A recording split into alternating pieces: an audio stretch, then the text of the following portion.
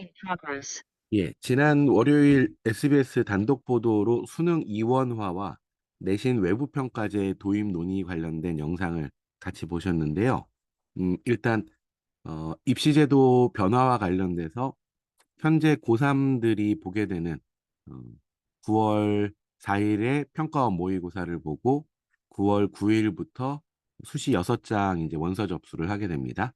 현행 제도화에서는 수시 합격자 발표가 12월로 끝나고 나서 11월에 본 수능 성적을 가지고 정시 모집을 하게 되는 이런 식의 시스템이죠.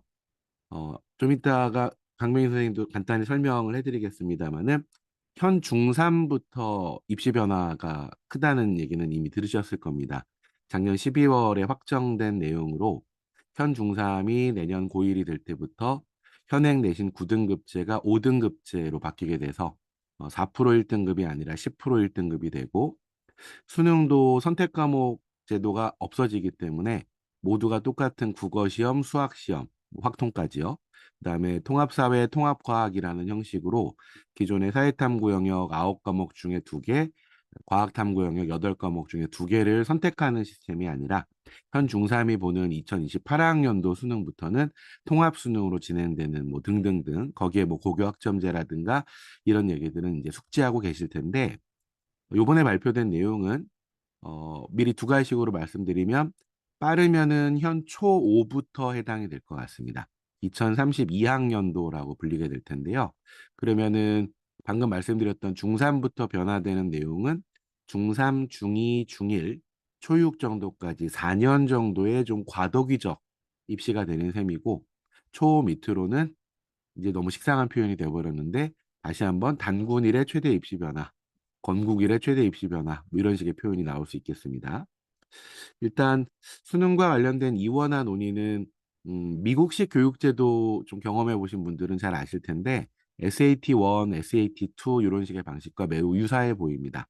기존에도 영어나 한국사처럼 절대평가 등급제였던 과목 말고 현재는 상대평가 과목이고 가장 변별력이 높았던 국어, 수학을 명칭을 언어 수리 영역 이렇게 예전 수능에서도 이렇게 국어를 언어 영역, 수학을 수리 영역으로 했었던 적이 있는데 수능 원체제로 현재하고 선택 과목에 대한 평가를 수능 2로 하겠다.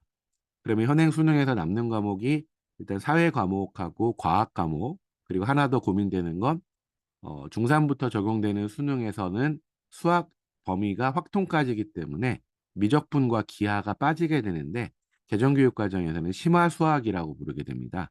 심화수학이 수능 2에서 선택 과목으로 편제될 가능성이 있고요.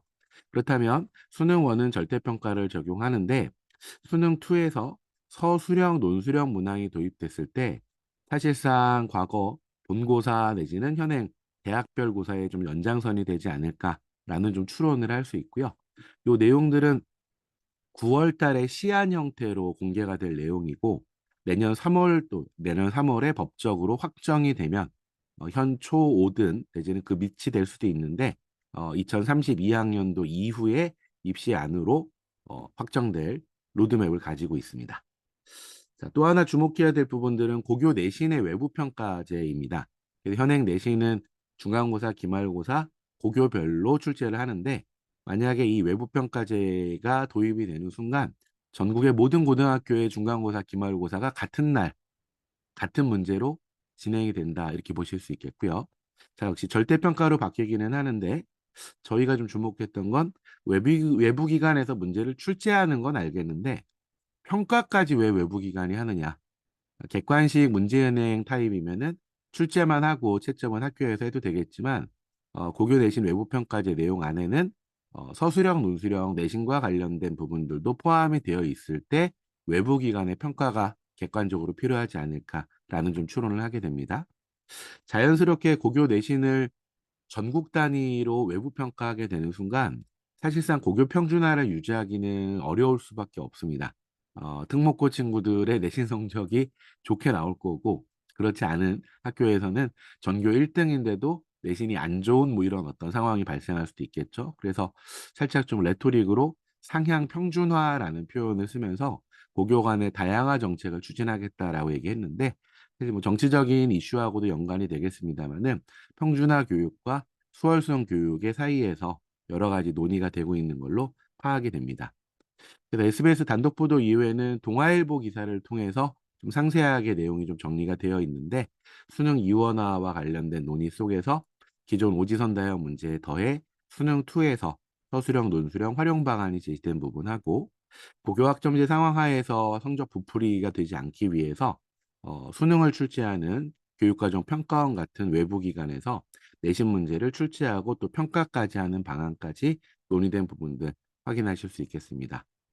그래서 각종 좀 증권가 찌라시 수준으로도 내용이 많이 좀 돌아다니고 있는데 일단 공식 발표는 저희가 설명할 때 여러 번 말씀드렸던 연초에 국가교육위원회 이배용 위원장님의 인터뷰에서 요번 중3이 고1 되는 내년부터 서술형, 논술형 내신이 강화되는데 그렇다면 서술형, 논술형 수능도 가야 할 길이다. 공정성 확보가 숙제다라고 언급하고 있었고 초육 내지는 초부터 빠르게 대입 개편 방안들을 추진하겠다라는 논의가 이미 공개되어 있는 상황이어서 SBS가 단독 보도라는 형식으로 공개를 하긴 했습니다만은 사실 뭐 취재원이 있을 거고 또 전문회의에서 논의된 내용들이 굉장히 상세하게 공유된 걸로 봐서는 9월에 시안 발표가 되기 전에 일종의 또 공론화를 위한 과정이 아닐까 이렇게 좀 생각이 됩니다.